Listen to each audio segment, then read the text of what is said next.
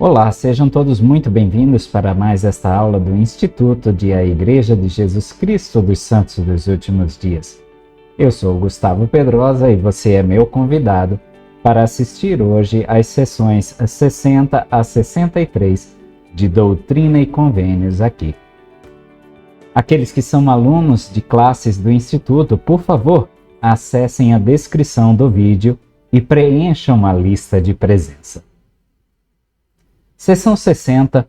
Vocês devem se recordar que o Salvador havia todos os élderes, alguns deles então, que fossem checar o local destinado a Sião, no estado do Missouri.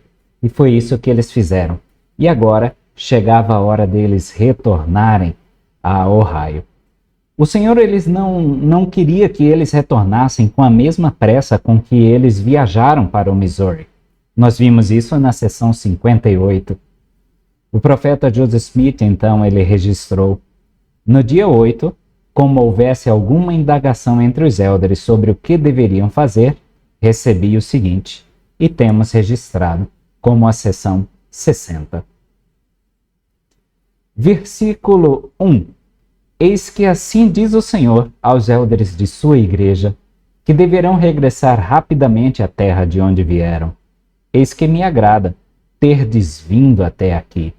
O Senhor ele está satisfeito com muitos de nós por termos chegado até aqui, até onde o Senhor queria que nós estivéssemos, a sua igreja. Mas, versículo 2, com alguns, porém, não estou satisfeito, porque não abrem a boca, mas escondem o talento que lhes dei por causa do temor dos homens. Ai desses, porque contra eles está acesa a minha ira. Então, apesar do Senhor estar satisfeito com nós termos chegado até aqui, a igreja dele, ainda assim há algo mais a fazermos. Embora o Senhor esteja satisfeito com muitos de nós por chegarmos até esta altura de desenvolvimento, esta altura de conhecimento, chegado até aqui, o Senhor ainda espera que andemos mais, como ele próprio falou, a segunda milha. E faltava para alguns desta época, como falta para alguns de nós hoje, abrir a boca e não esconder esse talento que o Senhor nos dá. Versículo 3. E acontecerá que, se não forem mais fiéis a mim, deles será tirado até aquilo que têm. As verdades da restauração não devem ser acumuladas ou escondidas dos outros, mas compartilhadas livremente. Nessa passagem, a referência é a parábola do Salvador sobre os talentos, que está registrada no Novo Testamento. 3 servos receberam talentos, moedas de dinheiro, para aprimorar. Eles tinham que acrescentar. 2 foram fiéis em dobrar a quantia que receberam do seu senhor. O terceiro cavou na terra e escondeu o dinheiro do seu senhor. Mateus 25:18.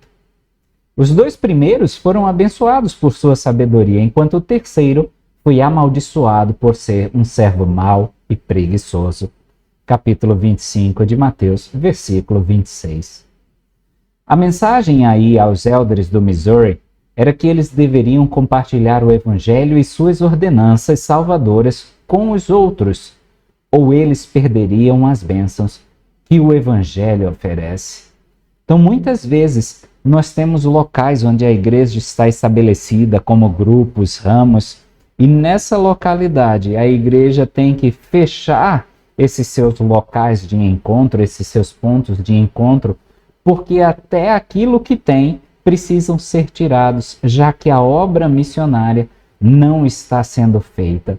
E na nossa vida também, até o conhecimento que a gente tem pode ser tirado se nós não empregarmos esse conhecimento a levar outros ao mesmo conhecimento que nós temos. Uma das estratégias para que nós possamos aprender as verdades seculares do mundo é ensinar às outras pessoas. E quando ensinamos, fica cada vez mais gravado em nossa mente. E no Evangelho não é diferente. Quando nós ensinamos, fica gravado em nossa mente e em nosso coração. É por isso que nós devemos ser diligentes no ensino do Evangelho.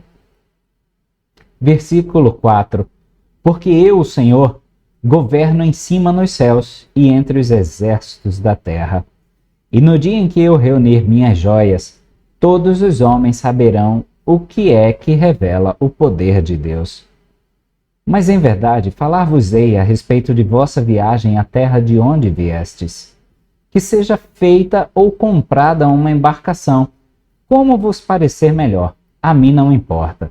E viajai rapidamente para o lugar chamado St. Louis.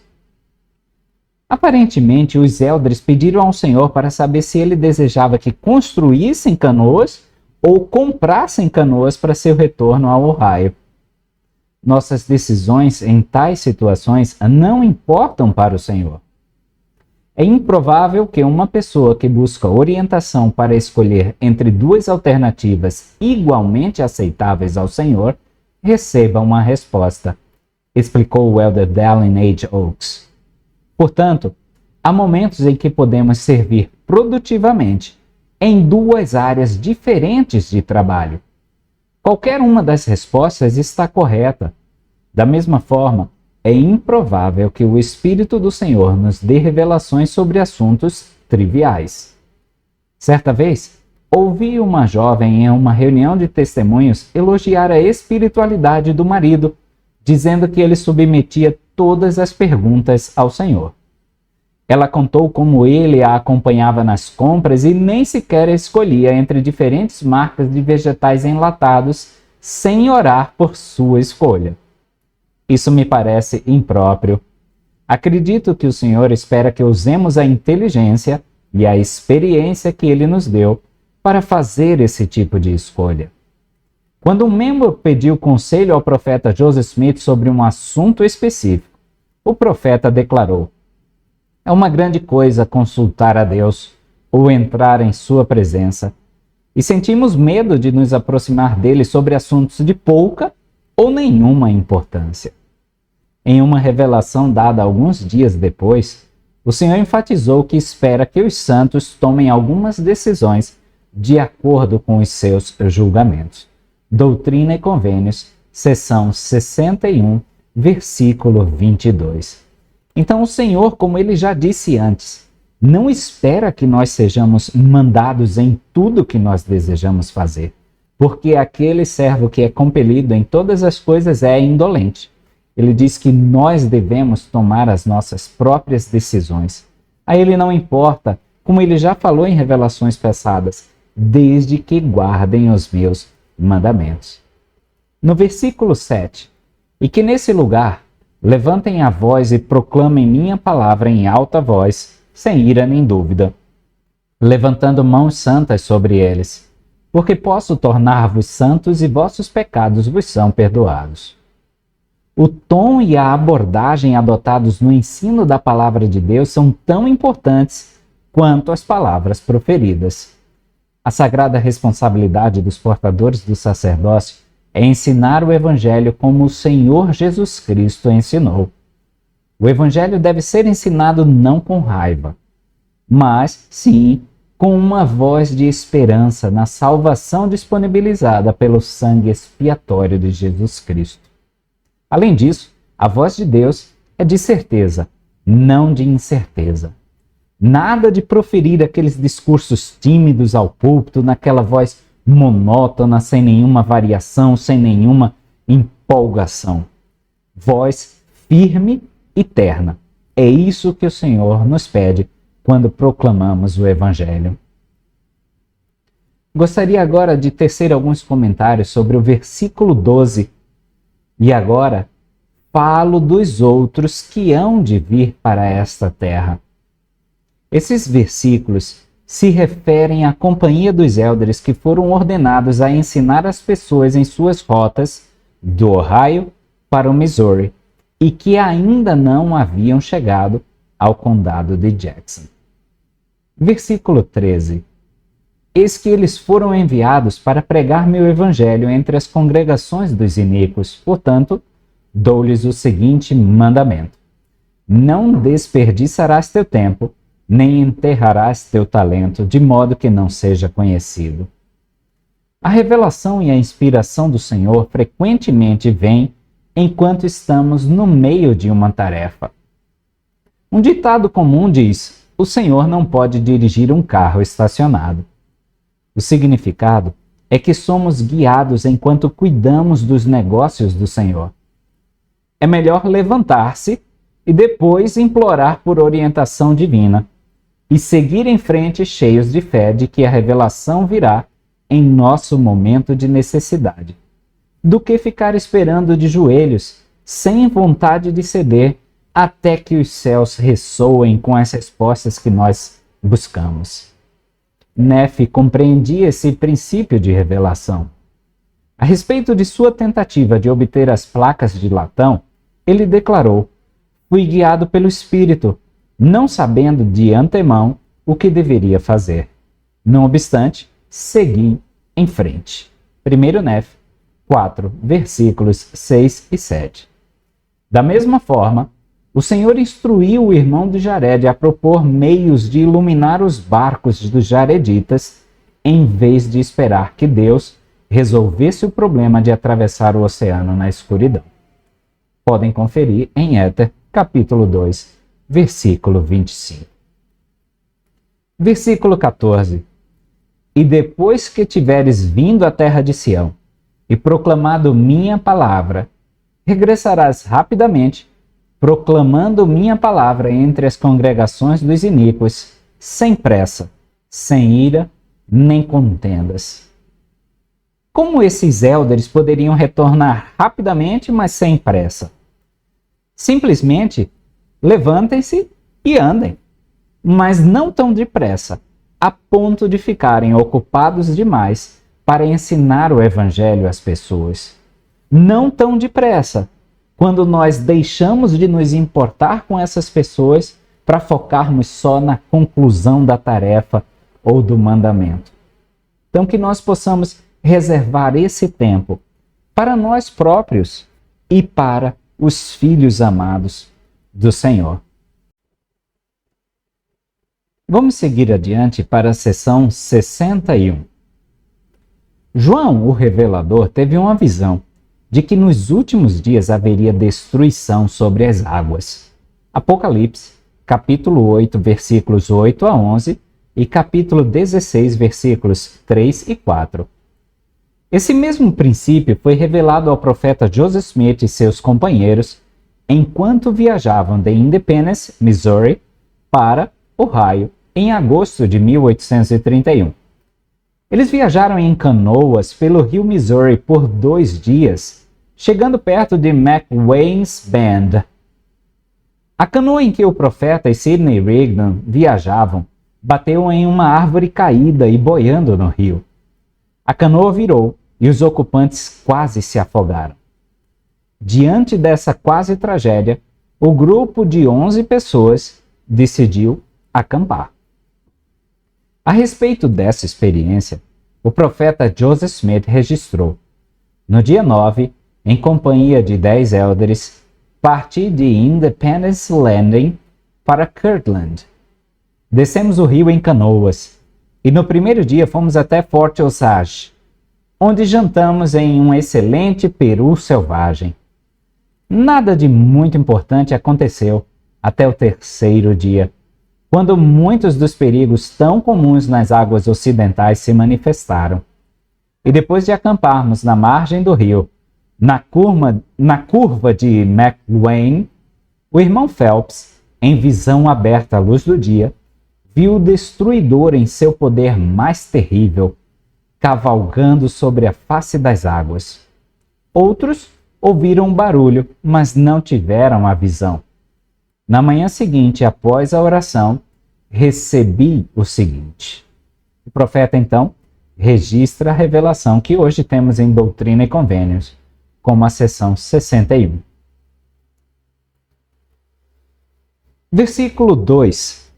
Eis que, em verdade, assim vos diz o Senhor, ó élderes de minha igreja, que estáis reunidos neste lugar e cujos pecados vos são agora perdoados. Pois eu, o Senhor, perdoo pecados e sou misericordioso para com aqueles que confessam seus pecados, com o coração humilde.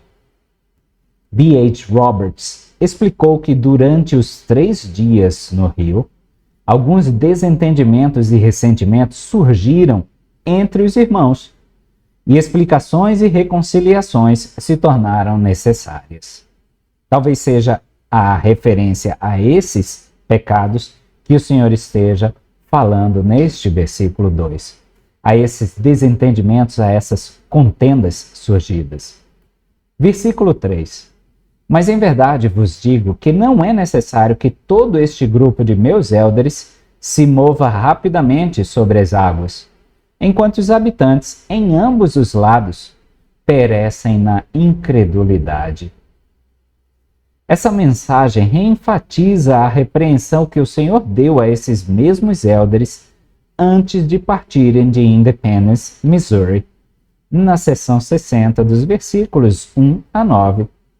Eles estavam com tanta pressa que se esqueceram de erguer a voz de advertência às pessoas ao longo do caminho de retorno. Aqueles que receberam a plenitude do Evangelho têm a obrigação de compartilhar as boas novas com os outros. As dificuldades da mortalidade podem ser avassaladoras. E onde não há visão, o povo perece. Provérbios 29, 18. O Evangelho restaurado fornece as respostas que dão força e propósito à vida. Mas a obra da restauração será em vão se as pessoas nunca ouvirem a mensagem necessária, porque os servos do Senhor estão com pressa para voltar para casa.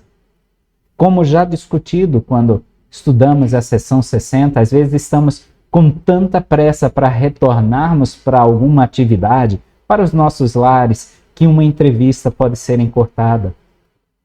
Às vezes estamos com tanta pressa em retornar para nossas casas depois da reunião sacramental, que um sorriso deixa de ser dado, um cumprimento deixa de ser dado, e que faria grande diferença na vida de um recém-converso, na vida de um amigo que esteja visitando a igreja, na vida de um outro irmão. Então, mais uma vez, que a pressa de chegarmos ao finalmente do mandamento não nos cegue, não nos deixe insensíveis às necessidades daqueles que estão em nosso caminho, trilhando esse caminho conosco. Versículo 4. Contudo, permiti-o, para que pudesseis testificar. Eis que há muitos perigos sobre as águas, e mais especialmente daqui para a frente. O rápido avanço dos élderes do rio abaixo trouxe benefícios, pois puderam testemunhar o poder do destruidor. Se não fosse esse o caso, o Senhor poderia ter intervido antes para castigá-los por não terem ensinado o Evangelho ao longo do caminho. Então o Senhor não interveio para que eles pudessem aprender essa valiosa lição. E às vezes o mesmo vai acontecer com cada um de nós. O Senhor não vai intervir antes, não vai responder antes, para que nós possamos aprender valiosas lições. E é aí que chega a voz do Senhor, quando ele dá a lição final ou quando ele explica a moral da história, explica o que nós acabamos de vivenciar. Então, muitos dos males que nós estamos sujeitos nessa vida mortal, o Senhor não intervirá, porque nós precisamos ter testemunho dele. Precisamos testificar que ele é nosso Salvador, que ele vem nos resgatar, ele é nosso Redentor, justamente nesses momentos de necessidade. Versículo 5. Porque eu, Senhor, em minha ira, decretei muitas destruições sobre as águas, sim, e especialmente sobre estas águas. Versículo 6. Contudo, toda a carne está em minha mão, e o que dentre vós for fiel não perecerá por meio das águas. Versículo 7. Portanto, é conveniente que meu servo Sidney Gilbert e meu servo William W. Phelps se apressem na sua incumbência e missão. A tarefa mencionada era obter uma prensa tipográfica, já que W. W. Phelps havia sido designado para servir como impressor da igreja na seção 57, no versículo 11. Versículo 8. Contudo, eu não podia permitir que partisseis até que tivesseis sido repreendidos por todos os vossos pecados, a fim de que fosseis um, para que não perecesseis em iniquidade. Então, como eles estavam em contenda, o Senhor deu esse tempo para que eles pudessem se reconciliar, para que eles pudessem ser repreendidos em todos esses pecados, para que se tornassem um, a fim de não perecer em iniquidade. Versículo 10. E se forem fiéis, serão preservados, e eu, o Senhor, estarei com eles. Se nós formos fiéis, poder de destruidor algum terá vantagem sobre vós, de forma alguma. E no versículo 11, e que os demais levem as roupas de que necessitarem. E que todos nós possamos levar essas roupas de santidade que nós tanto necessitamos. A própria palavra expiação significa cobrir. E é a expiação de Cristo que cobre a nossa nudez de pecado, a nossa nudez do homem natural. E são essas as vestes, as roupas necessárias que nós temos que levar. E as roupas, ou devemos levar, no versículo 12, o que é indispensável. Nós quantas vezes nos agarramos ao que é totalmente dispensável aqui nesta terra? A fama, ao dinheiro, ao status social, à nossa posição. Nós nos agarramos a isso e temos muita dificuldade em nos despirmos dessas roupas que nós não necessitamos. Versículo 14. Eis que eu, o Senhor, no princípio abençoei as águas. Nos últimos dias, porém, pela boca de meu servo João, amaldiçoei as águas. João, nós já falamos, João o revelador, que teve a revelação, que teve a visão do Apocalipse. Versículo 15. Portanto, dias virão em que carne alguma estará segura sobre as águas. E dias virão em que se dirá que ninguém poderá subir a terra de Sião sobre as águas, a não ser o que for reto de coração. Na criação, Deus abençoou as águas para que produzissem vida em abundância. Gênesis capítulo 1, versículo 20. Tais condições não continuarão à medida que nos aproximamos dos dias mencionados nestes versículos. Aparentemente, João, o amado, esteve envolvido na concretização da visão que lhe foi mostrada a respeito da destruição da vida nas águas. Ele escreveu que viu em visão, como se uma grande montanha ardendo em fogo fosse lançada ao mar, e a terça parte do mar tornou-se em sangue, e morreu a terça parte das criaturas viventes que estavam no mar. E foi destruída a terça parte dos navios. E o terceiro anjo tocou a trombeta, e caiu do céu uma grande estrela ardendo como uma tocha, e caiu sobre a terça parte dos rios e sobre as fontes das águas. E o nome da estrela era Absinto, e a terça parte das águas tornou-se em absinto, e o nome da estrela era Absinto. E muitos homens morreram das águas, porque se tornaram amargas. Apocalipse 8, do 8 ao 11. Não há nenhuma chave nas Escrituras para os detalhes do cumprimento dessa destruição. Claramente, os eventos devastadores aí mencionados estão no futuro.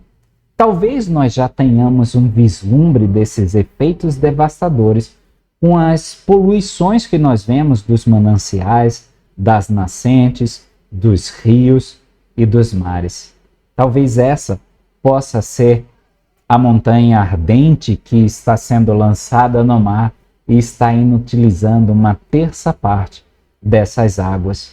Mas nós não podemos afirmar nada com certeza, não nos foi revelado isso ainda. Versículo 17. E como eu, o Senhor, no princípio amaldiçoei a terra, Assim, nos últimos dias, abençoei-a em seu tempo, para uso de meus santos, a fim de que partilhem de sua gordura. Isso se refere às palavras do Senhor a Adão, depois que ele comeu do fruto proibido. E Adão disse: porquanto destes ouvidos à voz de tua mulher, e comeste da árvore de que te ordenei, dizendo: não comerás dela. Maldita é a terra por tua causa. Com dor comerás dela todos os dias de tua vida. Também espinhos e abrolhos ela te produzirá. E comerás a erva do campo. No suor do teu rosto comerás o teu pão, até que te tornes a terra. Gênesis 3, 17 a 19. E o cumprimento dessa promessa de bênção sobre a terra aconteceu aos poucos. O profeta Joseph Smith e os santos transformaram um pântano virtualmente infestado de mosquitos ao longo do rio Mississippi em Nauvoo, a cidade bela, a Bela.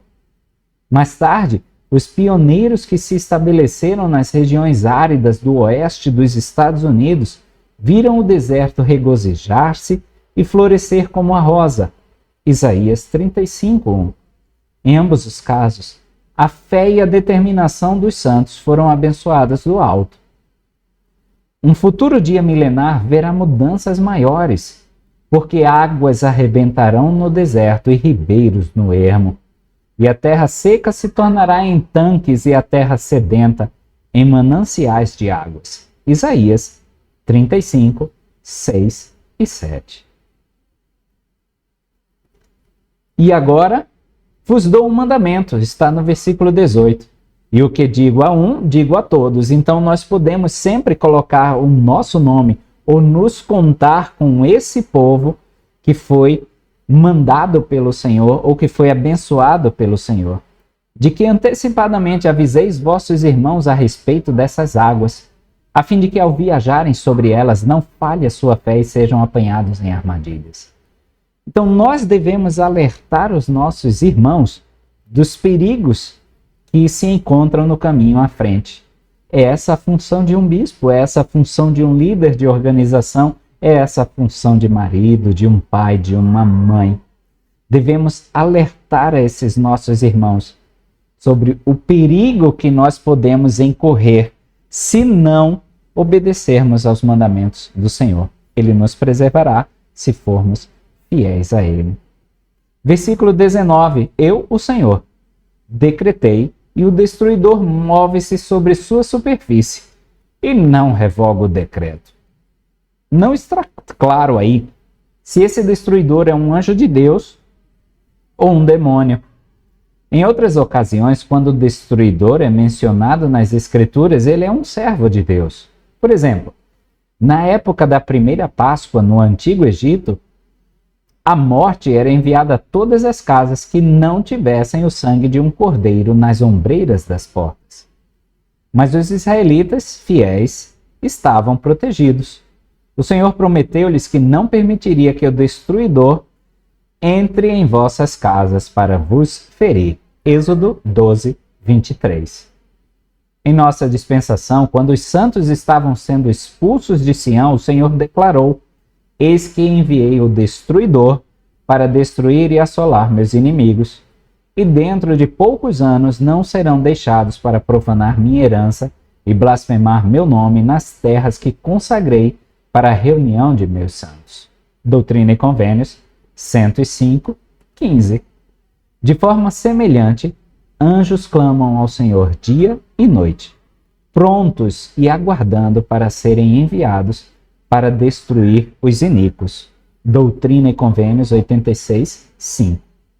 Da mesma forma, a revelação dada a João, o amado, mencionada nesta sessão, menciona vários anjos que enviam pragas e calamidades sobre a terra. Apocalipse 8 a 10, 15 a 18.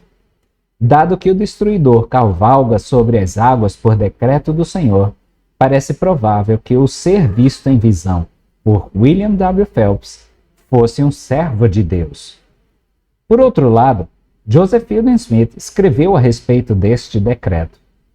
Estes irmãos enquanto acampados na curva de McWane, no Missouri, contemplaram o poder do destruidor enquanto ele cavalgava sobre a tempestade. Um deles o viu em toda a sua majestade assustadora, e o Senhor revelou a todo o grupo algo do poder deste personagem maligno. Pode parecer estranho para nós, mas é o fato de que Satanás exerce domínio e tem algum controle sobre os elementos. Paulo fala de Satanás como o príncipe da potestade do ar. Efésios 2:2. O Senhor revelou a esses irmãos um pouco do poder do adversário da humanidade e como ele cavalga sobre a tempestade como meio de protegê-los. Eles foram ordenados a usar o julgamento enquanto viajavam sobre essas águas, e os santos que chegavam a Sião foram instruídos a viajar por terra em sua jornada até Sião.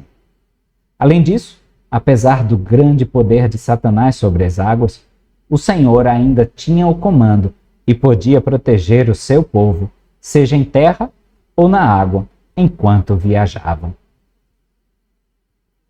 Versículo 20. Eu, Senhor, estava irado convosco ontem, mas hoje minha ira desviou-se. Acho interessante esse versículo porque quantos de nós guardamos rancor? E o Senhor não guarda rancor. Ele já disse que dos nossos pecados, deles ele não mais se lembra. Então vejam que ontem ele estava irado por conta desses pecados, com esse grupo de élderes. Mas no dia seguinte, a ira já tinha se desviado. Que nós possamos ser tão misericordiosos, tão cheios de perdão como o Senhor é. Por que nós devemos guardar rancor? Por que nós devemos guardar mágoas? Que nós possamos seguir o exemplo do Salvador.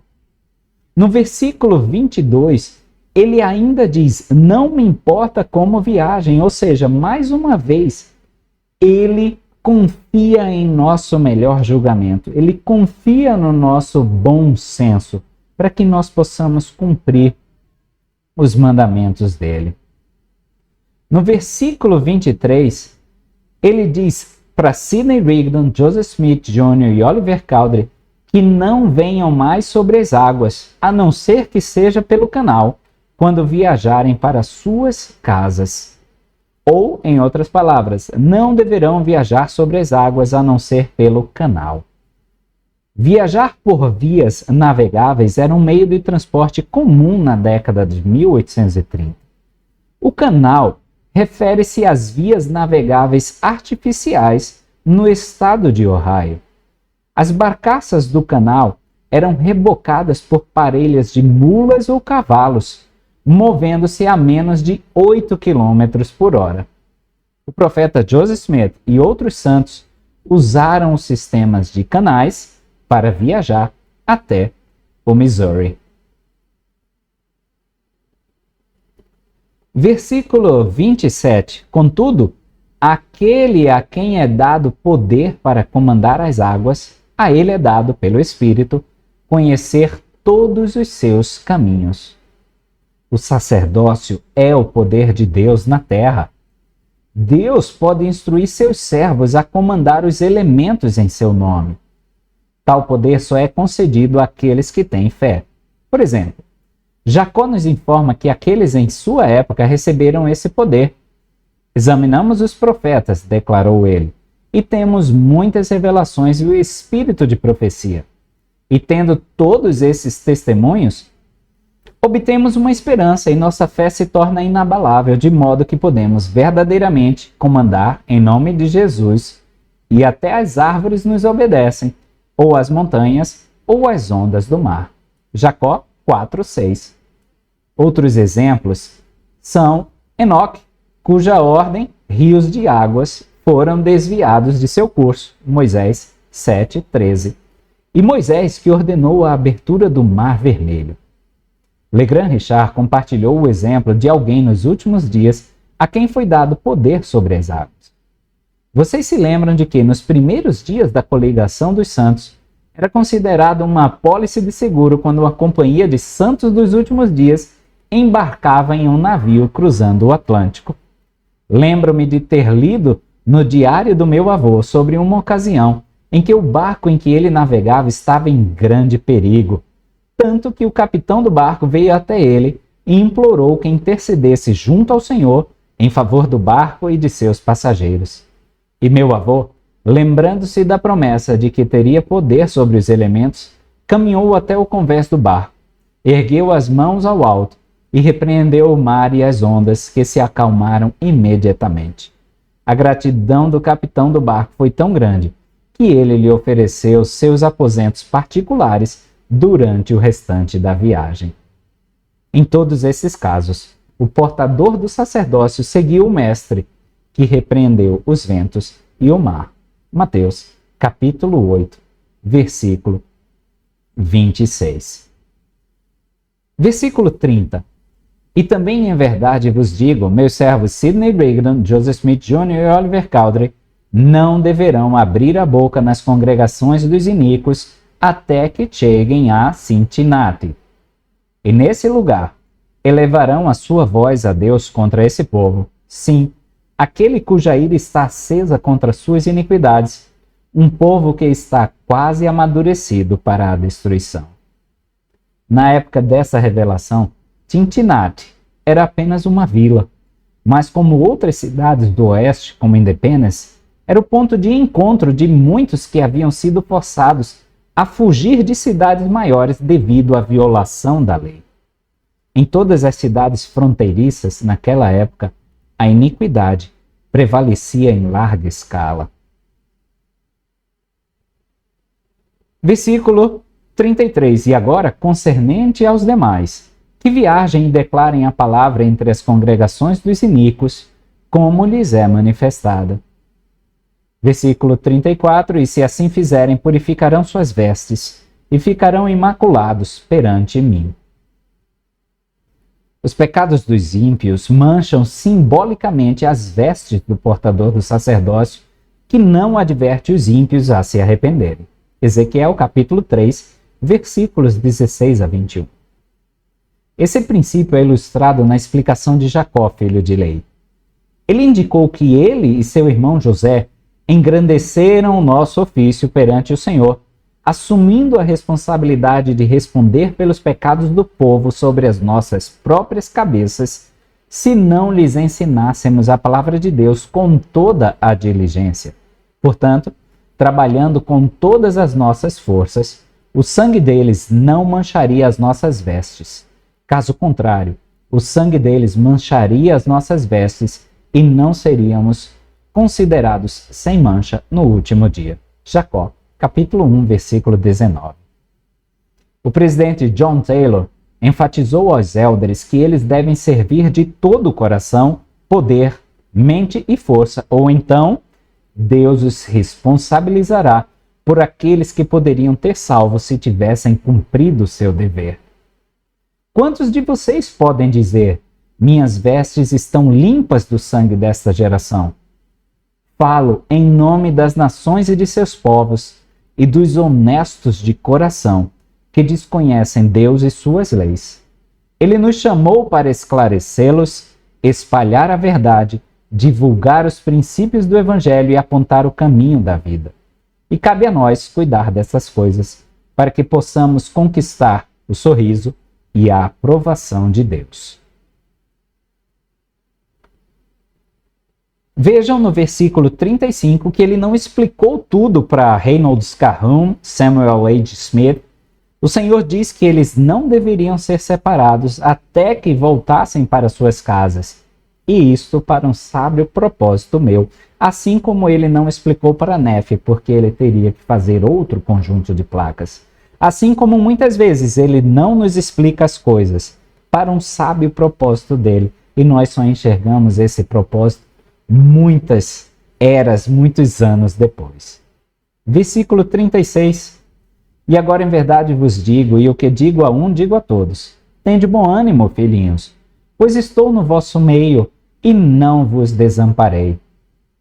Tribulação não é evidência de que o Senhor abandonou seu povo. Essa certeza foi especialmente reconfortante para o pequeno grupo de élderes após a experiência angustiante no rio Missouri. Versículo 38. cingi vossos lombos e vigiai, e sede sóbrios, esperando a vinda do Filho do Homem, pois ele virá numa hora em que não pensais. O profeta Joseph Smith declarou: quando contemplo a rapidez com que se aproxima o grande e glorioso dia da vinda do Filho do Homem, quando ele vier para receber seus santos para si, onde habitarão em sua presença e serão coroados de glória e imortalidade, quando considero que em breve os céus serão abalados e a terra tremerá e cambaleará, e que os céus se desdobrarão como um pergaminho quando se enrola, e que todas as montanhas e ilhas fugirão, clamo em meu coração: que tipo de pessoas devemos ser em toda santa conversação e piedade? As Escrituras não revelam o tempo preciso do retorno do Salvador em glória. Aqueles que são preguiçosos dirão em seu coração que ele atrasa a sua vinda. Doutrina e Convênios 45:26. E se entregarão ao pecado, pensando que ainda terão um tempo para se arrepender. O servo fiel vigia. O servo fiel está pronto para o retorno do Mestre, não importa quando isso aconteça. Versículo 39. Orai sempre para não entrardes em tentação, para que suporteis o dia de sua vinda, seja na vida ou na morte. Assim seja. Amém. A preparação para o retorno do Senhor não se reserva exclusivamente aos que estão na mortalidade. A segunda vinda também será uma realidade e um dia de julgamento para aqueles no mundo espiritual.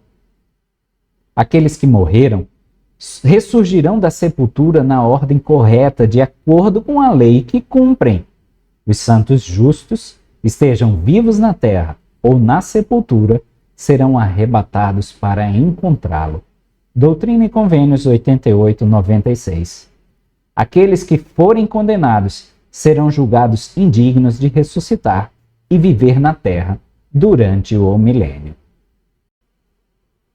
Enquanto o profeta Joseph Smith e sua companhia continuavam sua jornada de retorno de Sião para Ohio, encontraram-se com outro grupo de élderes que ainda estavam a caminho de Independence, Missouri. Essas duas duplas missionárias, Hyrum Smith e John Murdock, e David Whitmer e Harvey Whitlock, estavam cerca de 3 semanas atrás dos élderes que chegaram com Joseph e dedicaram a terra para a edificação de Sião. Esses 4 últimos élderes haviam investido seus esforços em testificar ao povo sobre a restauração do Evangelho, em vez de viajarem rapidamente para Sião. O profeta Joseph Smith escreveu: no dia 13 de agosto encontrei vários élderes a caminho da terra de Sião. E após as saudações alegres com que os irmãos se encontram, que na verdade estão lutando pela fé que uma vez foi entregue aos santos, recebi o seguinte, e é a seção 62 de Doutrina e Convênios. Versículo 1. Eis que, escutai, ó élderes de minha igreja, diz o Senhor vosso Deus, sim, Jesus Cristo, vosso advogado, que conhece as fraquezas dos homens e sabe como socorrer os que são tentados. Tentações comuns à mortalidade faziam parte da experiência mortal do Salvador. O apóstolo Paulo nos assegurou que não temos um sumo sacerdote que não possa compadecer-se das nossas fraquezas, porém um que, como nós, em tudo foi tentado, mas sem pecado. Cheguemo-nos, pois, confiadamente ao trono da graça para que recebamos misericórdia e achemos graça a fim de sermos socorridos em ocasião oportuna. Hebreus 4, 15 e 16. Porque naquilo que ele mesmo sendo tentado padeceu, escreveu Paulo, poderá socorrer os que são tentados. Hebreus 2, 18. Essa revelação assegura aos santos que Jesus Cristo, por experiência própria, está familiarizado com nossas provações e tentações mortais.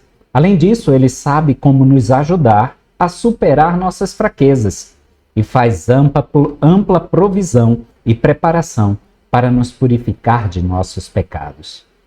Versículo 2. E em verdade meus olhos estão sobre os que ainda não subiram à terra de Sião. Portanto, vossa missão ainda não está completa. Os eldres que se encontraram com o grupo do profeta, que não tiveram o privilégio de ir a Sião, deviam completar a sua jornada. A mesma coisa hoje, aqueles que ainda não estão aqui conosco, não estão vivendo Sião. Os olhos do Senhor estão sobre esses que ainda precisam receber essa salvação. E assim a nossa missão não está completa enquanto não tivermos esses irmãos na terra de Sião conosco.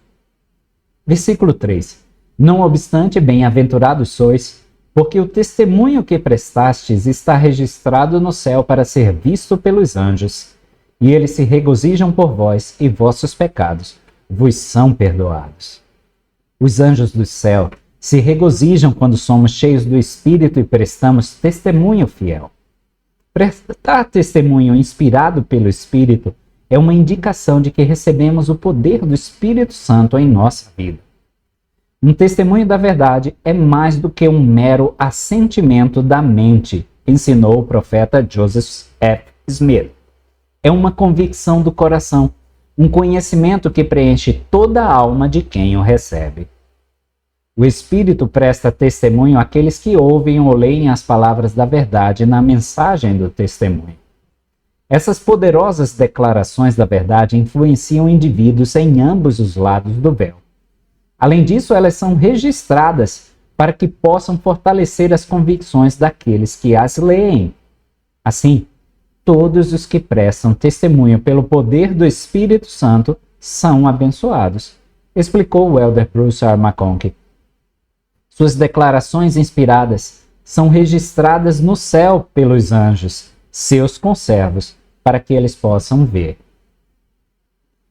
Tiago também ensinou, irmãos, se algum de vós se desviar da verdade e alguém o converter, saiba que aquele que fizer converter um pecador do erro do seu caminho, salvará da morte uma alma e cobrirá uma multidão de pecados. Tiago 5, 19 e 20. Então, quando nós convertemos outras pessoas, ou melhor, quando nós somos um instrumento do Espírito para a conversão de outras pessoas, nós também estamos sendo perdoados de nossos pecados.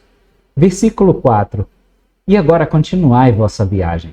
Reuni-vos na terra de Sião, realizai uma reunião e rejubilai-vos juntos e oferecei um sacramento ao Altíssimo. Os eldres foram instruídos a permanecer no solo consagrado, para ser o centro de Sião e a fazer convênios com o Senhor naquele local sagrado. Versículo 5. E então podereis regressar para testificar, sim, todos juntos ou de dois em dois, como vos parecer melhor, a mim não importa. Mais uma vez, confio no julgamento de vocês. Somente sede fiéis e anunciai alegres novas aos habitantes da terra, ou entre as congregações dos iníquos. Não me importa, desde que sejam fiéis e cumpram com meus mandamentos. Há uma infinidade de decisões que pouco importam em relação à observância dos mandamentos de Deus. Bênçãos da maior importância são baseadas na obediência a Ele. Versículo 9. Eis que vosso é o reino, e eis que eu estou sempre com os fiéis. Assim seja. Amém. Vejam que é o reino de Deus que é entregue a nós. É entregue a nós, portadores do sacerdócio, para gerenciarmos enquanto o Salvador não está aqui para fazê-lo. E ele assegura mais uma vez: estou sempre com os fiéis. Que nós possamos ser esses fiéis, que tenhamos a certeza plena de que o Senhor está sempre conosco. As revelações que designavam a localização de Sião e o local para o templo trouxeram um entusiasmo renovado entre os santos em Ohio. Doutrina e Convênios 57 e 58. O profeta Joseph Smith escreveu: nestes primeiros dias da Igreja, havia uma grande ansiedade em obter a palavra do Senhor sobre todos os assuntos que, de alguma forma, se relacionassem com a nossa salvação. E como a terra de Sião era agora o objetivo temporal mais importante em vista, consultei o Senhor por mais informações sobre a coligação dos santos, a compra da terra e outros assuntos. E recebi o seguinte: temos hoje como a seção 63 de Doutrina e Convênios. Começaremos com o versículo 2. Sim, em verdade digo, ouvi a palavra daquele cuja ira está acesa contra os iníquos e os rebeldes. Muitas vezes nós podemos ficar pensando como é que um Deus perfeito, amoroso, pode se sentir irado. A ira justa é um atributo da deidade. Nós vemos Bruce R. McConkie dizer em Doutrina Mórmon. Ao contrário da ira de homens e mulheres pecadores, a ira de Deus não consome suas paixões, nem domina seus pensamentos e ações. Muitas vezes a ira do Senhor é chamada de sua ira. Bruce R. McConkie continua explicando. Inerente a ela está o propósito e a intenção de infligir uma punição justa àqueles cujos atos a provocaram. A ira de Deus não recai sobre os justos, mas sobre os iníquos. Doutrina e Convênios, seção 1, versículo 9, seção 59, versículo 21.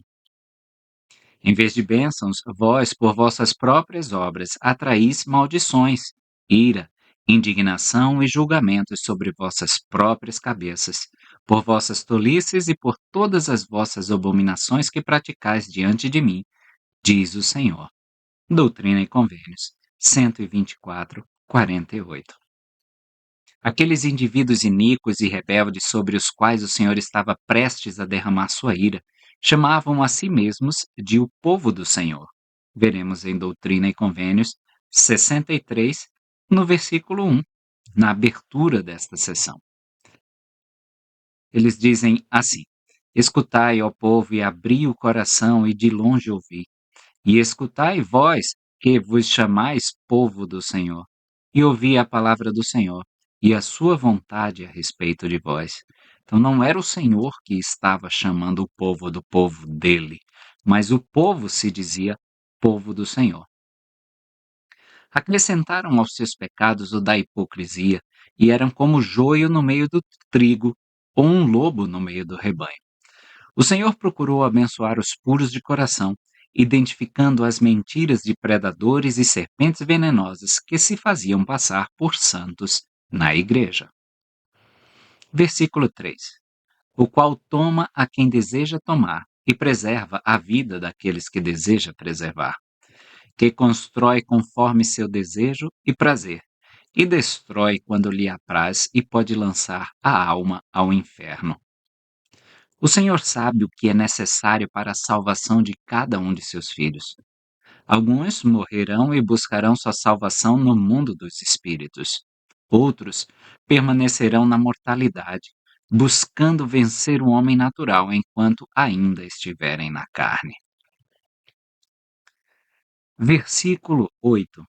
Em verdade vos digo, há entre vós quem busque sinais, e tem havido desde o princípio. Esses santos buscavam sinais porque a fé havia sido arrancada de seus corações pelo espírito de adultério. Aquele que busca um sinal é adúltero, declarou o profeta Joseph Smith. E esse princípio é eterno, inabalável e firme como os pilares do céu. Pois sempre que virdes um homem buscando um sinal, podeis registrar que ele é um homem adúltero. Os primeiros 20 versículos desta sessão mostram o descontentamento do Senhor com os hipócritas entre os santos. O profeta gentilmente relatou que a motivação para consultar o Senhor era a grande ansiedade de obter a palavra do Senhor sobre todos os assuntos. No entanto, o Senhor revela que alguns dos santos estavam, na verdade, buscando sinais em vez de orientação divina. Há entre vós aqueles que buscam sinais. E eu, Senhor, não me agrado daqueles entre vós que buscam sinais e prodígios pela fé. Isso está no versículo 12. Aparentemente, alguns consultaram o profeta com motivações pouco puras.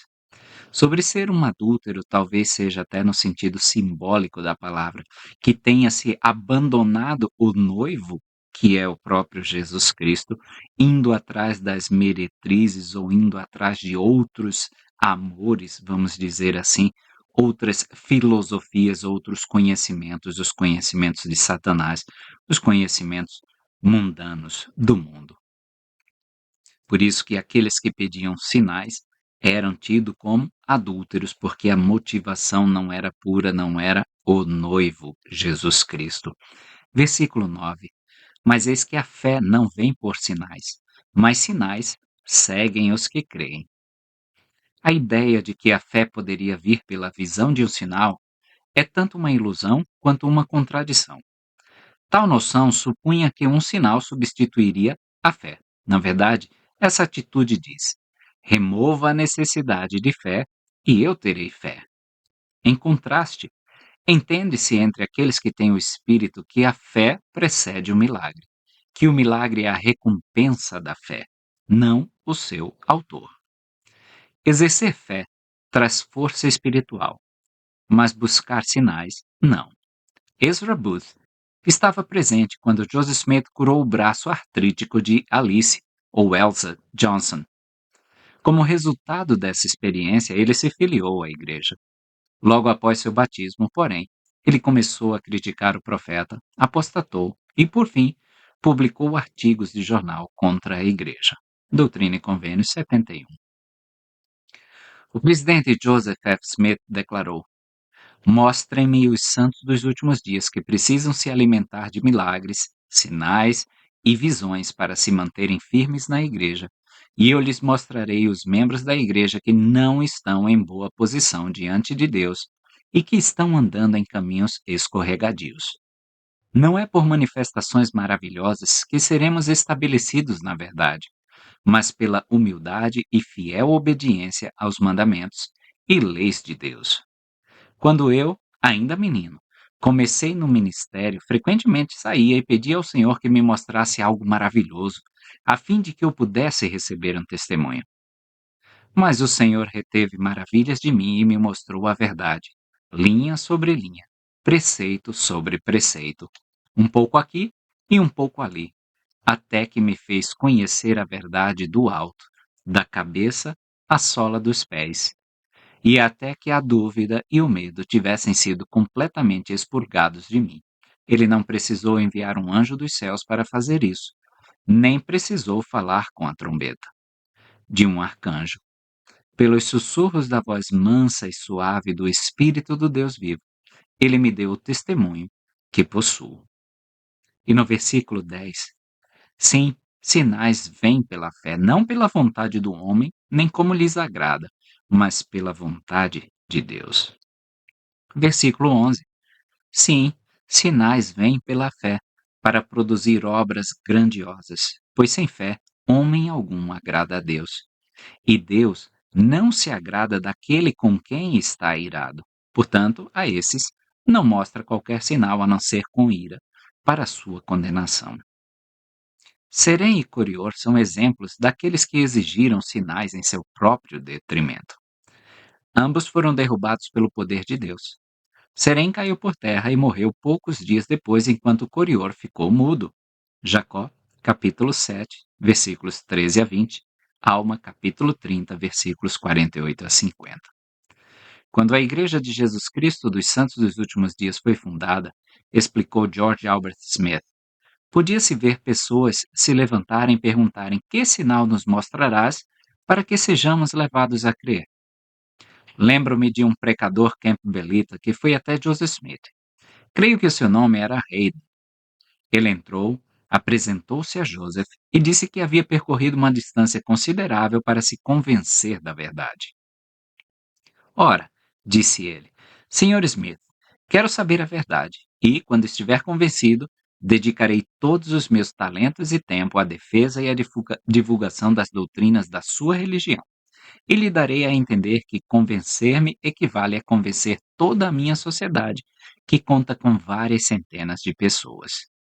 Bem, Joseph começou a expor diante de si o surgimento da obra e os primeiros princípios do Evangelho, quando o Sr. Hayden exclamou: "Oh, esta não é a evidência que eu quero, a evidência que eu desejo é um milagre notável.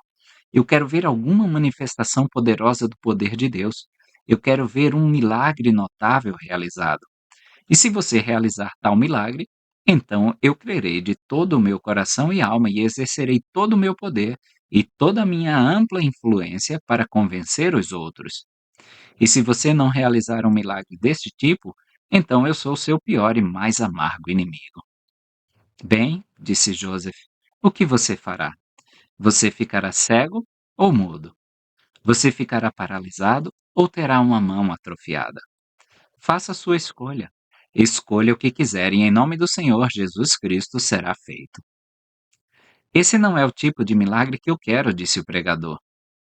"Então, Senhor", respondeu Joseph, "não posso realizar nenhum.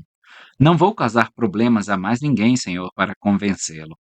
Vou lhe dizer o que o Senhor me faz pensar. A primeira pessoa que pediu um sinal ao Salvador, pois está escrito no Novo Testamento que Satanás veio ao Salvador no deserto, quando ele estava com fome, depois de 40 dias de jejum, e disse: "Se tu és o Filho de Deus, manda que estas pedras se transformem em pães." E agora, disse Joseph, os filhos do diabo e seus servos têm pedido sinais desde então. E quando o povo naqueles dias continuou a pedir-lhe sinais para provar a verdade do evangelho que ele pregava, o Salvador respondeu: "É uma geração perversa e adúltera a que busca um sinal."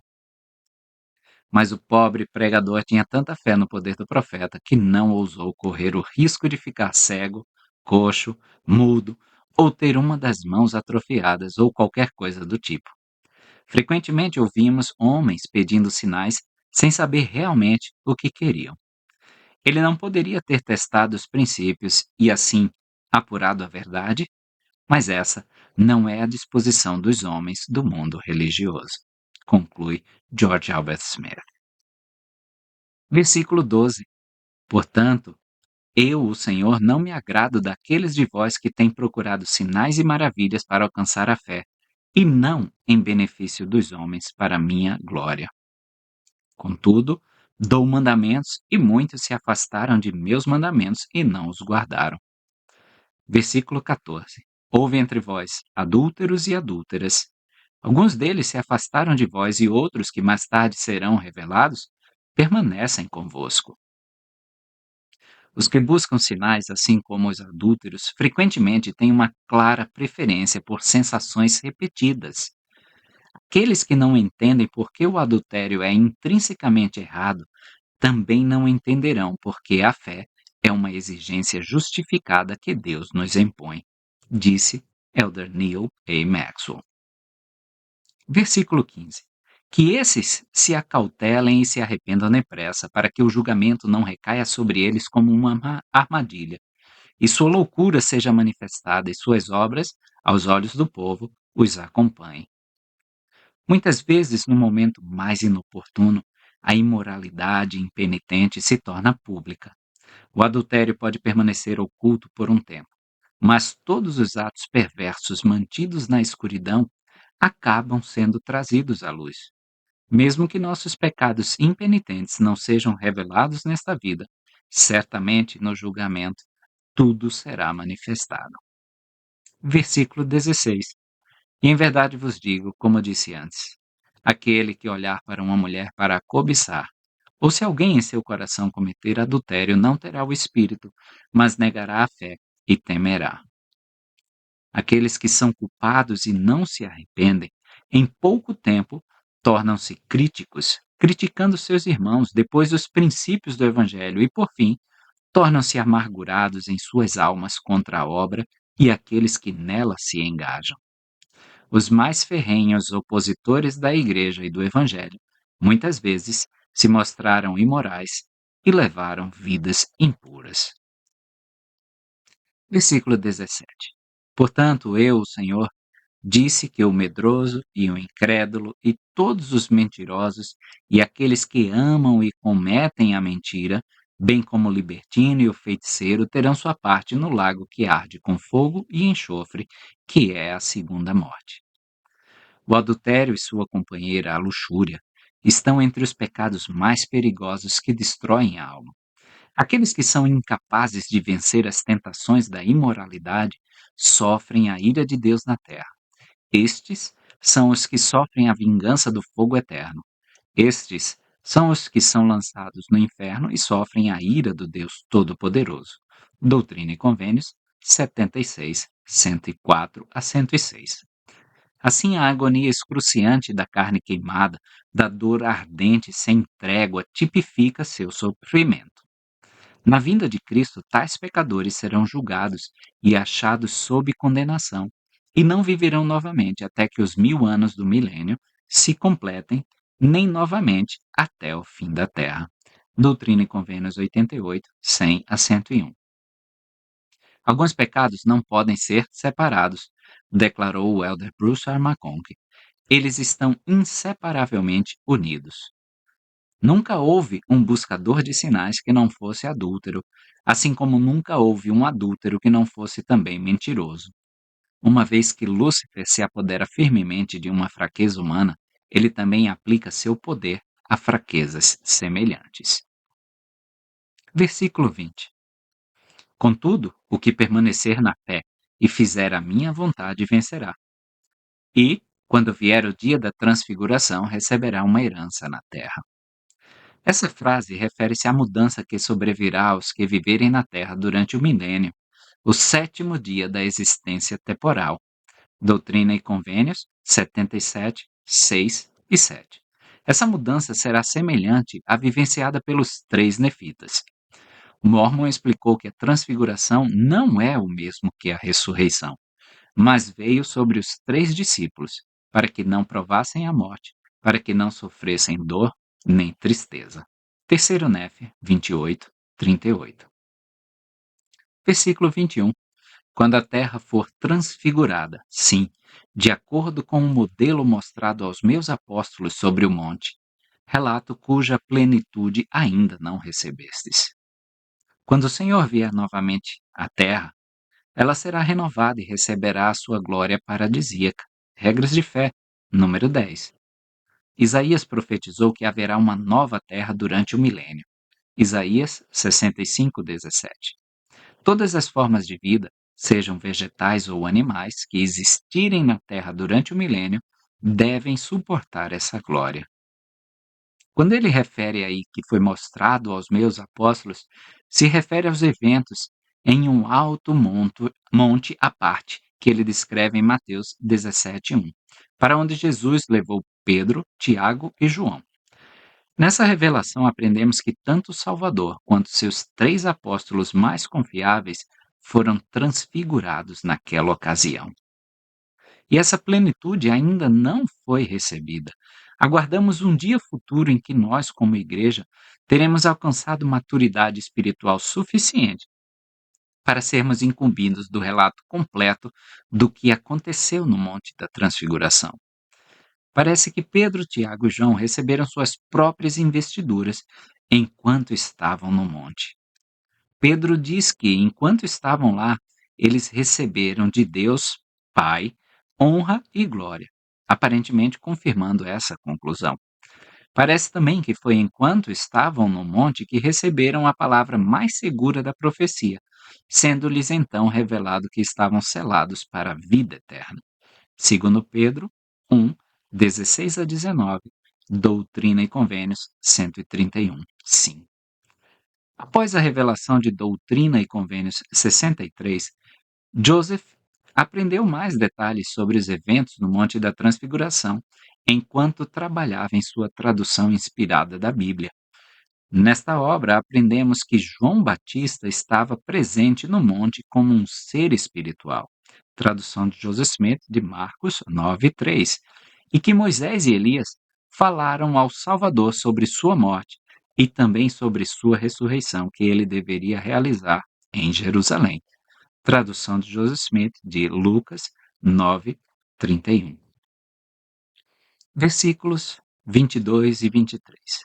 E agora em verdade vos digo que, como disse que vos tornaria conhecida a minha vontade, eis que vô-la tornarei conhecida, não por meio de mandamento, Pois há muitos que não se esforçam para guardar meus mandamentos. Então, por que ele falaria como um mandamento se há muitos que se esforçam para não guardar esses mandamentos dele? Mas ao que guarda meus mandamentos, darei os mistérios de meu reino, e será como uma fonte de água viva vertendo para a vida eterna. No contexto do Evangelho, mistérios são verdades que só podem ser conhecidas por revelação. A chave dos mistérios do reino, sim, a chave do conhecimento de Deus, está reservada para os santos que entram na casa do Senhor, que ali recebem a investidura. Doutrina e Convênios 84:19. Muitos é dado conhecer os mistérios de Deus, ensinou Alma. Não obstante, eles recebem o estrito mandamento de que não os comunicarão somente de acordo com a porção de sua palavra que ele concede aos filhos dos homens, de acordo com a atenção e diligência que lhe dedicam. E, portanto, aquele que endurecer o coração receberá a porção menor da palavra, e aquele que não endurecer o coração receberá a porção maior da palavra, até que lhe seja dado conhecer os mistérios de Deus, até conhecê-los plenamente. Alma 12, 9 e 10. Versículo 24. E agora eis que essa é a vontade do Senhor vosso Deus concernente a seus santos, que se reúnam na terra de Sião, não às pressas, para que não haja confusão, a qual produz pestilência. O Senhor já havia falado: eis que minha casa é uma casa de ordem, e não uma casa de confusão. Doutrina e Convênios 132, 8. Em seu zelo, alguns santos estavam prontos para se reunir em Sião, sem pensar em prover as necessidades básicas da vida quando chegassem. Este problema foi abordado em uma epístola publicada no The Evening and the Morning Star, o jornal oficial da igreja, e enviada à igreja pelos élderes de Sião em julho de 1833.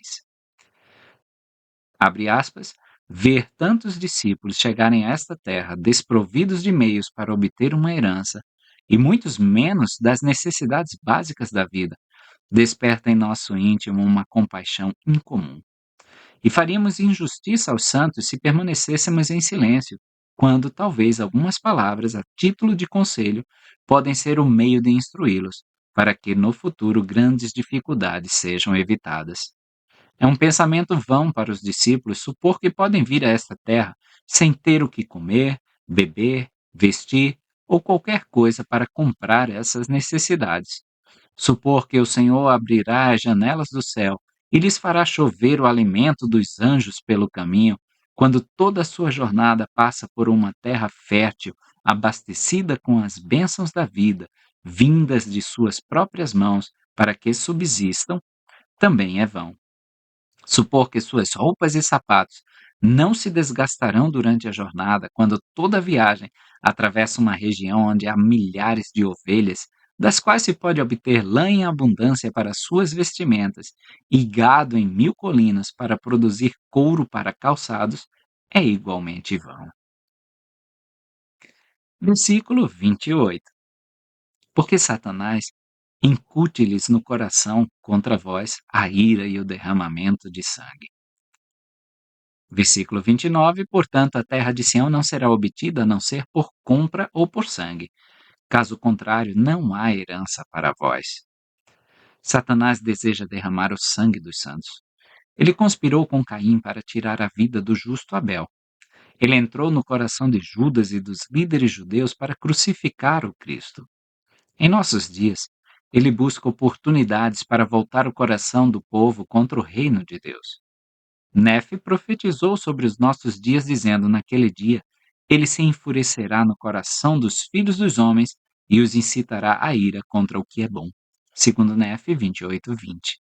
Nefe também disse que o sangue dos santos clamaria da terra contra aqueles que guerreassem contra eles. Segundo Nefe 28:10. Em sua sabedoria, o Senhor advertiu os santos para que não dessem motivo aos iníquos contra eles por causa dos meios pelos quais obtiveram a terra de sua herança em Sião.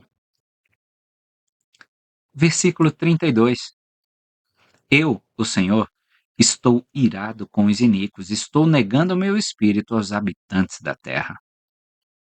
O Espírito do Senhor não habitará em tabernáculos impuros, nem contenderá com as pessoas, a menos que elas mantenham a mente e o corpo limpos e sejam diligentes perante o Senhor. O Espírito Santo não contende com os filhos de Deus, mas vem para ensinar, confortar e edificar apenas enquanto se preparam para receber sua companhia. A luz de Cristo, por outro lado, trabalhará e lutará com as pessoas para levá-las à luz adicional que emana deste membro da Trindade. Pessoas e indivíduos podem, no entanto, alcançar um estado em que a luz de Cristo cessará de contender com eles. Foi tal estado que levou à destruição da nação nefita no final do livro de Mórmon. Nesse contexto, encontramos Mórmon escrevendo a seu filho Moroni: Meu filho, temo que os lamanitas destruam este povo, pois eles não se arrependem, e Satanás os incita continuamente à ira uns contra os outros. Eis que estou trabalhando com eles continuamente, e quando prego a palavra de Deus com aspereza, eles tremem e se enfurecem contra mim. E quando não uso aspereza, endurecem o coração contra ela. Portanto, temo que o Espírito do Senhor tenha cessado de lutar com eles. Moroni 9, 3 e 4. Isto se provou verdadeiro quando uma nação se voltou contra a luz que havia recebido e foi destruída. Versículo 33. Em minha ira, jurei e decretei guerras sobre a face da terra, e o iníquo matará o iníquo, e temor virá sobre todo homem. Deus não se agrada da guerra, declarou o presidente Heber J. Grant e seus conselheiros na primeira presidência, nem da iniquidade que sempre a anuncia.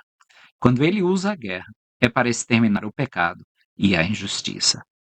A iniquidade é a causa de todas as guerras. Quando os homens endurecem o coração contra a luz de Cristo, ela cessa de lutar contra eles. Eles são então abandonados a si mesmos e Satanás tem poder e domínio sobre eles.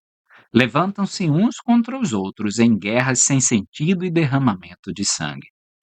Quando o Senhor diz que decretou guerra sobre a face da terra, não devemos supor que ele tolere a guerra. Em vez disso, o decreto é que, à medida que os homens se esfriarem na iniquidade, a guerra será o resultado, uma guerra na qual os iníquos se matarão uns aos outros. Brigham Young explicou: Deus decretou e preordenou muitas coisas que aconteceram e continuará a fazê-lo. Mas quando decreta grandes bênçãos sobre uma nação ou um indivíduo, elas são decretadas sobre certas condições.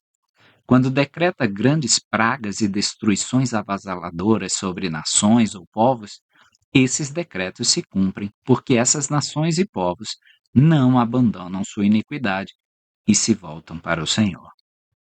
Versículo 34. E os santos também mal escaparão. Contudo eu, o Senhor, estou com eles.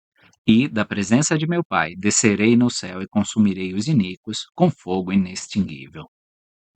O Senhor advertiu os santos de que eles também seriam afetados pela devastação da desumanidade e da destruição.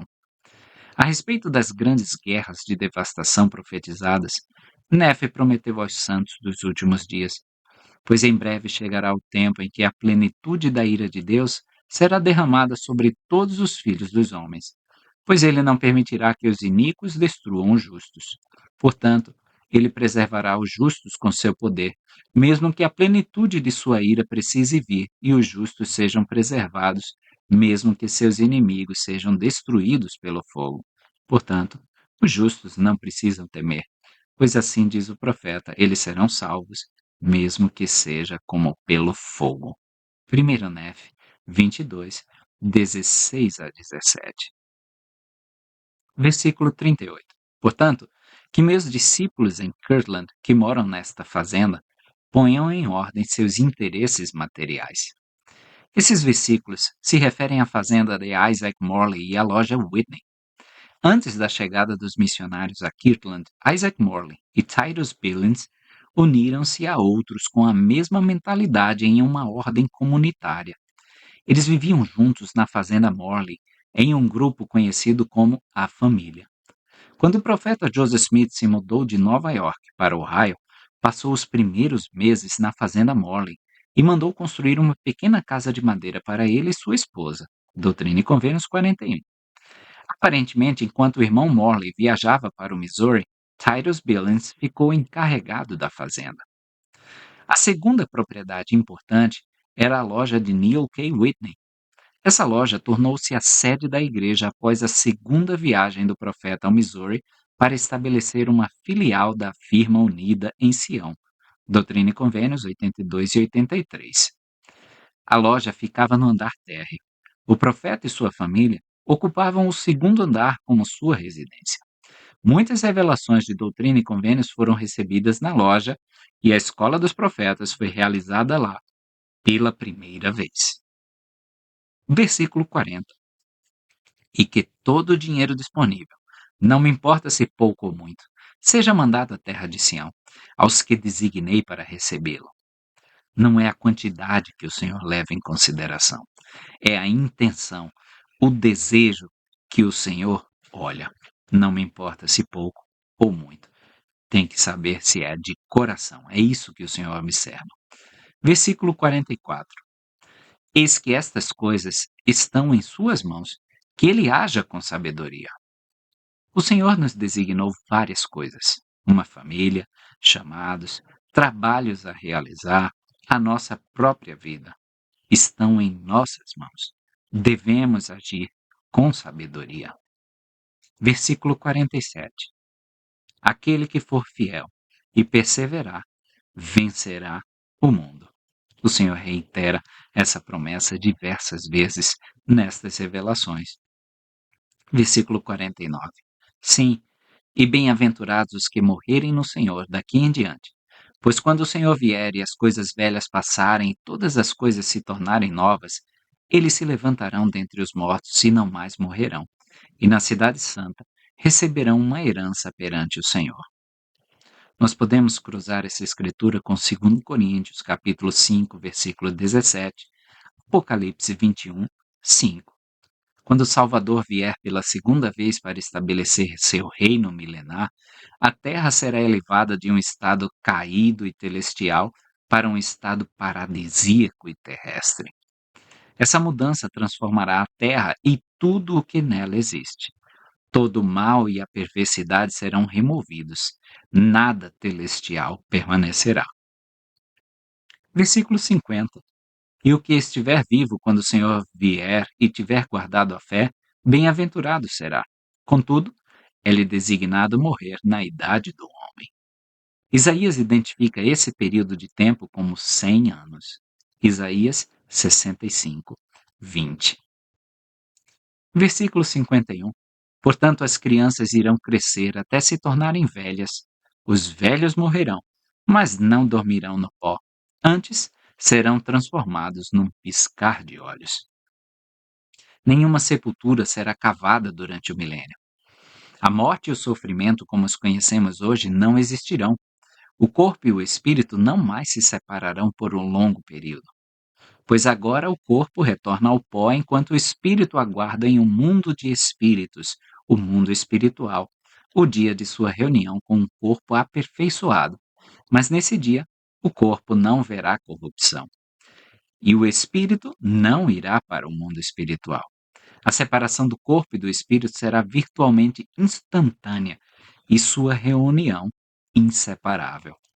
As crianças crescerão até a velhice. Os velhos morrerão, mas não dormirão no pó, mas serão transformados num piscar de olhos. O Senhor disse aos 3 nefitas: Nunca suportareis as dores da morte, mas quando eu vier em minha glória, sereis transformados num piscar de olhos da mortalidade para a imortalidade. E então sereis abençoados no reino de meu Pai. 3 Nef 28, 8. Versículo 53. Estas são as coisas que deveis procurar. E, falando à maneira do Senhor, elas agora estão próximas e num tempo futuro, sim, no dia da vinda do Filho do Homem.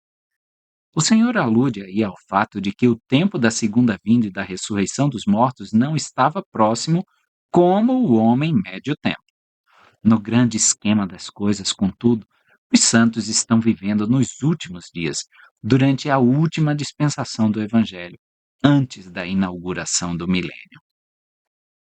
Versículo 54. E até aquela hora haverá virgens nécias entre as prudentes. E naquela hora haverá uma separação total dos justos e dos iníquos. E naquele dia mandarei meus anjos para arrancar os iníquos e arremessá-los no fogo inextinguível. A igreja terá membros contados entre os justos e os ímpios até que o Senhor retorne em glória. O dia da separação é uma obra dirigida pelo Mestre e seus anjos, e não deixada ao homem mortal. Portanto, não há garantia de salvação para aqueles que afirmam ser membros da Igreja do Senhor. Os membros tolos do reino que não viverem as leis reveladas por Deus serão eliminados com o restante dos ímpios. Essa revelação dirigida aos membros da Igreja identifica dois pecados dos quais os santos são ordenados a se arrependerem ou serão lançados no inferno: adultério e mentira. Versículo 53. Portanto, o que escreveu não é aceitável ao Senhor e ele deverá fazê-lo de novo. E se o Senhor não o aceitar, eis que ele não mais permanecerá no cargo para o qual designei. Sidney Rigdon escreveu uma descrição da terra que não era aceitável ao Senhor. Nossos registros atuais não contêm nenhuma outra descrição da terra escrita por Sidney. Versículo 57. E também, em verdade vos digo, aqueles que em seu coração e com humildade desejarem chamar os pecadores ao arrependimento, sejam ordenados com esse poder. Que os eldres sejam extremamente cuidadosos para não perturbar e angustiar desnecessariamente os sentimentos do povo, escreveu o profeta Joseph Smith aos santos. Lembrem-se de que sua tarefa é pregar o evangelho com toda a humildade e mansidão e advertir os pecadores a se arrependerem e virem a Cristo. Evitem contendas e disputas vãs com homens de mente corrupta que não desejam conhecer a verdade. Lembrem-se de que este é um dia de advertência e não de muitas palavras. Se não aceitarem seu testemunho em um lugar, fujam para outro, lembrando-se de não fazer reflexões nem proferir palavras amargas. Se cumprirem seu dever, tudo correrá tão bem para vocês como se todos os homens tivessem abraçado o Evangelho. No versículo 58, pois este é um dia de advertência e não de muitas palavras. Pois eu, Senhor, não serei escarnecido nos últimos dias. Nós fomos chamados para pregar esse evangelho, não para ficar debatendo, não para ficar nhenhenhenhen. Não de muitas palavras. O elder Ezra Taft Benson explicou: a voz de advertência é dirigida a todos os povos pela boca de seus servos. Doutrina e Convênios 1, 4. Se essa voz não for ouvida, os anjos da destruição avançarão cada vez mais, e a mão castigadora do Deus Todo-Poderoso será sentida sobre as nações, conforme decretado, até que o fim completo seja o resultado. Guerras, devastação e sofrimento indizível serão o seu destino, a menos que se voltem para o Senhor em humilde arrependimento. A destruição ainda mais terrível e de longo alcance do que a que ocorreu na última grande guerra virá com certeza, a menos que governantes e o povo se arrependam e cessem seus caminhos malignos e ímpios. Deus não se deixa escarnecer. Ele não permitirá que os pecados de imoralidade sexual, combinações secretas de assassinatos, a matança de nascituros e o despeito a todos os seus santos mandamentos e as mensagens de seus servos passem despercebidos sem punição grave por tal iniquidade. As nações do mundo não podem perdurar no pecado. O caminho de escape é claro. As leis imutáveis de Deus permanecem firmes nos céus. Quando homens e nações se recusam a cumpri-las, a penalidade deve vir. Eles serão consumidos.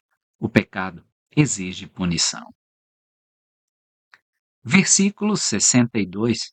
Pois eis que em verdade eu digo que muitos há que estão sob esta condenação, que usam o nome do Senhor e usam-no em vão, não tendo autoridade.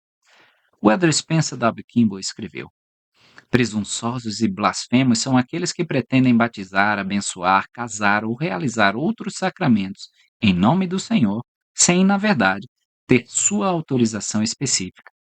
E ninguém pode obter a autoridade de Deus lendo a Bíblia ou simplesmente pelo desejo de servir ao Senhor, por mais puros que sejam seus motivos.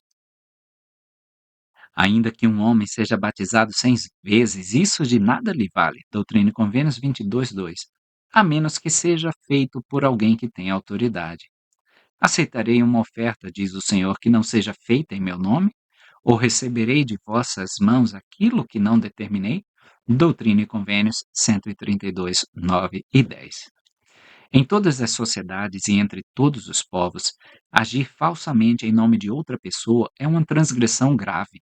Seja na forma de plágio, falsificação ou mesmo blasfêmia, tais atos são ofensivos ao espírito da verdade. Muitos professaram erroneamente a autoridade para ensinar o Evangelho de Cristo e administrar as ordenanças de salvação, mas, apesar de sua sinceridade, isso é uma grave ofensa contra o reino de Deus. Aqueles que usurpam o sagrado direito de ensinar o Evangelho ou administrar suas ordenanças, professando o poder de agir em nome de Cristo, o fazem sem autoridade se não tiverem sido devidamente chamados, ordenados e enviados por aquele a quem pertence o Evangelho. E suas obras são vãs. Eles estão administrando verdades adulteradas, falsificações doutrinárias e ordenanças falsificadas. Por mais bem-intencionadas que sejam, suas obras são profanas, carentes de validade nesta vida e, como o próprio Senhor declarou, não têm eficácia, virtude ou força na ressurreição dos mortos e depois dela. Doutrina e Convênios 132, 7. Versículo 64. Lembrai-vos de que aquilo que vem de cima é sagrado e deve ser mencionado com cuidado e por indução do Espírito. E nisto não há condenação alguma, e recebereis o Espírito por meio de oração. Portanto, sem isto, permanece a condenação. Da mesma forma, o Salvador aconselhou seus discípulos: guardareis os mistérios do reino em vós mesmos, porque não é bom dar aos cães o que é santo, nem lançareis aos porcos as vossas pérolas, para que não as pisem, porque o mundo não pode receber aquilo que vós mesmos não sois capazes de suportar. Portanto, não lhes darei as vossas pérolas, para que não se voltem contra vós e vos despedacem. Dizei-lhes: pedi a Deus, pedi e dar-se-vos-á. Buscai e achareis, batei e abrir-se-vos-á. Pois todo aquele que pede, recebe, e o que busca, encontra, e ao que bate, abrir-se-lhe-á. Tradução de Joseph Smith, Mateus, capítulo 7, versículos 10 a 13. As verdades do Evangelho restaurado são como pérolas entesouradas pelos puros de coração. Não devemos ensinar aos nossos ouvintes mais do que eles estão preparados para receber. Por definição, no dicionário da época de Joseph Smith, indução descreve aquilo que compele alguém a agir ou a abster-se de agir. Assim, a indução do espírito poderia envolver tanto a ousadia na fala quanto o silêncio contido. Significa confiar nos sussurros do espírito. Versículo 65. Que meus servos Joseph Smith Jr. e Sidney Rigdon procurem para si uma casa, como forem instruídos pelo Espírito por meio de oração. O profeta e Sidney prepararam-se para se mudar para Hiram, Ohio, logo após receberem essa revelação. Joseph e sua família foram recebidos na casa de John e Alice Johnson.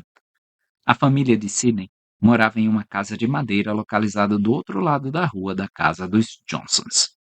E versículo 66, terminando esta sessão, estas coisas devem ser vencidas pela paciência, para que recebam um peso eterno de glória mais excelente. De outra maneira, receberão uma condenação maior. Amém. Essas provações mortais devem ser vencidas com paciência, pois serão muitas. E aí sim, estaremos aptos a receber essa glória mais excelente que ele nos prometeu.